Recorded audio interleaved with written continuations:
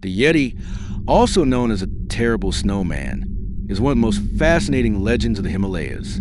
For centuries, stories about this mysterious creature have fueled the imagination of locals, adventurers, and scientists alike. But what is behind the myth? Is the Yeti an undiscovered animal, a cultural metaphor, or merely a product of human imagination? The Yeti is deeply rooted in the culture of the Himalayan peoples.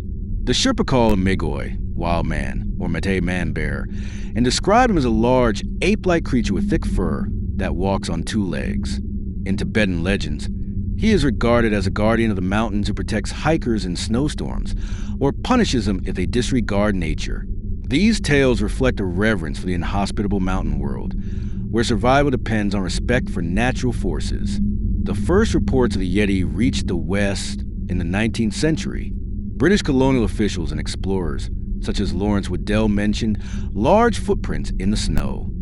The myth gained momentum when the mountaineer Eric S. took a photograph of a huge, humanoid footprint in the Everest region in 1951. This sparked a wave of expeditions, including a 1954 search funded by the Daily Mail that collected hair and feces, later identified as from bears and other animals. In the 1960s, even Sir Edmund Hillary claimed to have found parts of a Yeti scalp, which turned out to be from a mountain goat. Nevertheless, interest continued. In 2007, a U.S. television crew discovered an alleged Yeti hand in a monastery, which DNA analyses later attributed to human origin. Modern scientists usually see the Yeti as a combination of misinterpretation and cultural projection. Genetic studies, e.g. 2017 by Charlotte Lindqvist, analyzed alleged Yeti samples and found matches with Himalayan brown bears, Asian black bears, and even dogs. The theory: rare bear species that walk upright could easily be misinterpreted as humanoid creatures in snow and darkness. Psychologists refer to pareidolia, the human need to recognize familiar things in unclear forms, such as shadows or footprints. In the hostile environment of the high mountains, where isolation and extreme conditions dull the senses, this effect is amplified.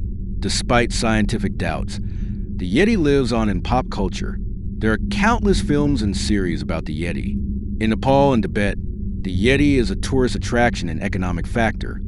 Souvenirs, Yeti beer, and hotels bearing its name are evidence of its commercialization. The Yeti is more than just a footnote in cryptozoology. It epitomizes the human fascination with the unexplored and the fear of the unknown. At a time when satellites are mapping every corner of the Earth, the Yeti remains a symbol of nature's last secrets and of the fact that some myths endure even in the age of science. Whether real or imaginary, the Yeti invites us to question the boundaries between knowledge and belief and to look at the world with childlike curiosity. Perhaps the search of the Yeti is ultimately a search for ourselves, for our desire for mystery, and the wish that there are still wonders out there. What do you think the Yeti is? I would really appreciate a like and a subscription.